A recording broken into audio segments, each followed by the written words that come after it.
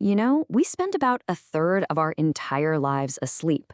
But for some people, the night is anything but restful. Today, we're diving deep into one of sleep's absolute strangest mysteries, sleepwalking.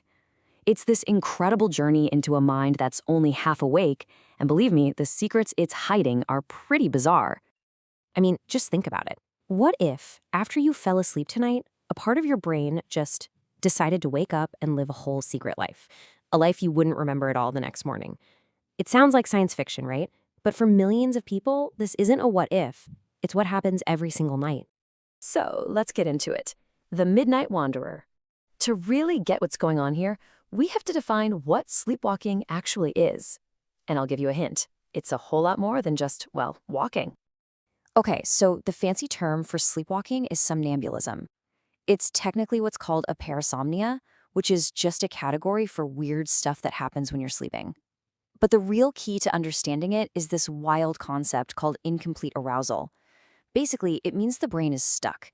It's not fully asleep, but it's not fully awake either. It's in this weird limbo, and that's the secret sauce that makes all this possible. And yeah, that incomplete arousal state, it can lead to some seriously strange behaviors. A sleepwalker's eyes are usually open, but they have this blank, glassy stare.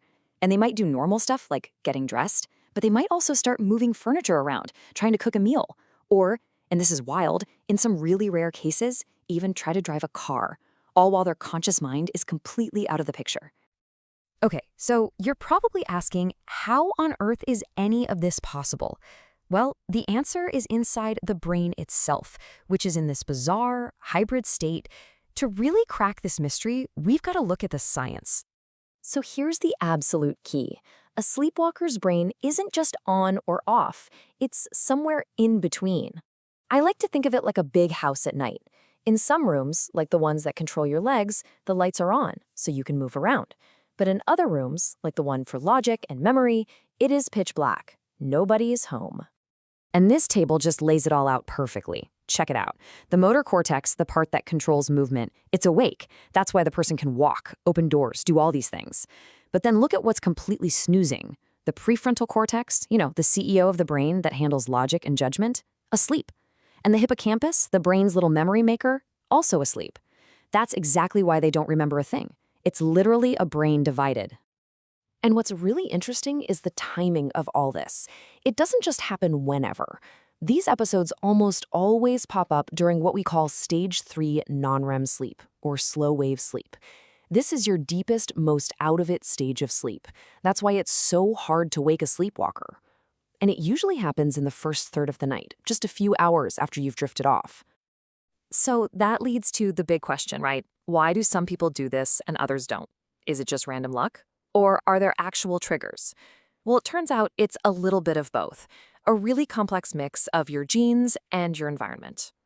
First up, let's talk about genetics. And get this, an absolutely staggering 80% of people who sleepwalk have a family history of it. 80%.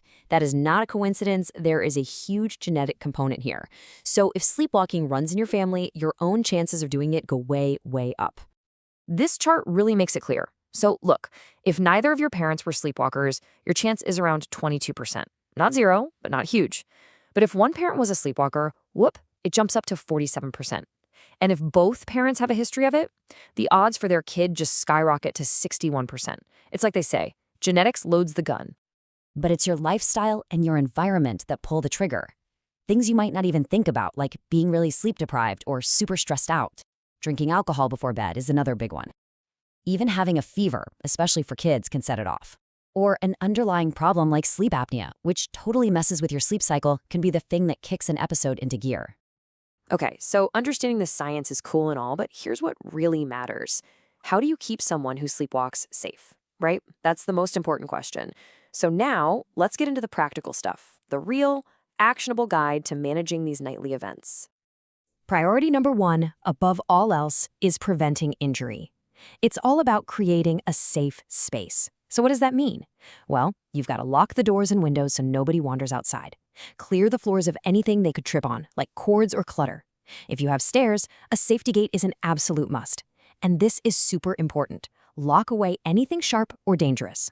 Oh, and if it's a kid who sleepwalks, no top bunks, ever. When you're thinking long-term, it really boils down to two things: prevention and treatment. Prevention is all that good stuff you hear about. Good sleep hygiene, getting enough sleep on a regular schedule, managing your stress, avoiding triggers like alcohol. Now, if it's a more serious or persistent case, then you look at treatments. That might mean fixing an underlying issue like sleep apnea or trying something called scheduled awakenings for kids. Even things like hypnosis or therapy can help. Medication? That's usually the very last resort. All right, and that brings us to it. The number one question, the biggest myth that everybody wants to know about sleepwalking. Is it actually dangerous to wake someone up while they're doing it? Well, let's finally put that myth to bed, so to speak. Come on, we've all heard it, right? Never wake a sleepwalker. Well, guess what? It's just not true. It's a myth.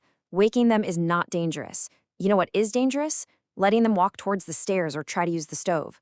So the real question isn't if you should do something, it's how you should do it. And the answer is be gentle. That's the whole secret. Don't shout at them, don't grab them.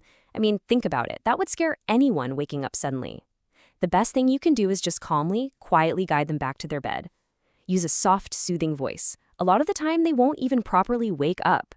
And if you absolutely have to wake them up because they're in danger, just do it as gently as possible. So when you really think about it, sleepwalking shows us something pretty incredible. It shows us our brain can be in two different places at once, part awake, part asleep. It's like a ghost in the machine, a truly divided mind. And that just makes you wonder, doesn't it? If our brain can do all this while we're technically unconscious, what other secrets is the night holding?